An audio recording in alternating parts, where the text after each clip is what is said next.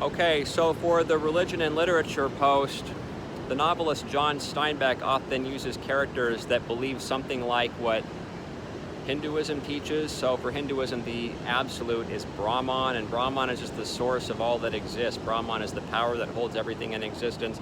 Brahman is not a person or anything like a person like, say, the God of the Bible is, but Brahman is still real. So long story short, Steinbeck's characters are going to say that, we're like raindrops that are part of the infinite ocean.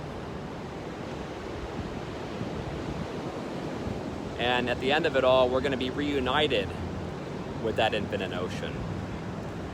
Okay? Or we're like little tiny sparks. There's a little tiny spark inside of us that's like a divine spark.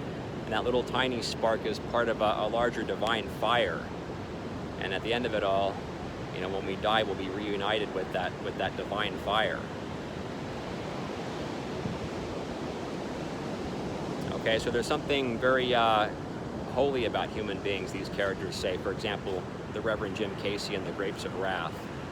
Okay, the Reverend Casey isn't exactly a traditional believer in a Christian sense, but he still holds to some view of the divine, and it seems to be more in line with what the Hindus would believe. Okay, and also the American Transcendentalist Ralph Waldo Emerson, who taught about the oversoul and how there are little sparks in each of us that are part of that larger reality, the oversoul, he calls it. Okay, and we'll be reunited with the oversoul.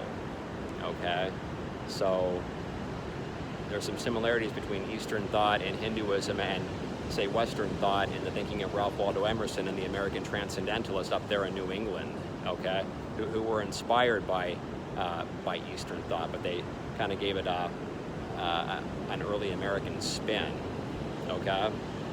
So check out The Grapes of Wrath, check out other writings by Steinbeck. East of Eden is also great. There's a Chinese cook in there named Lee, L-E-E. You should check out Lee's Philosophy of Life. He's one of the most memorable characters in all of Steinbeck's corpus, and maybe even in American literature in the 20th century.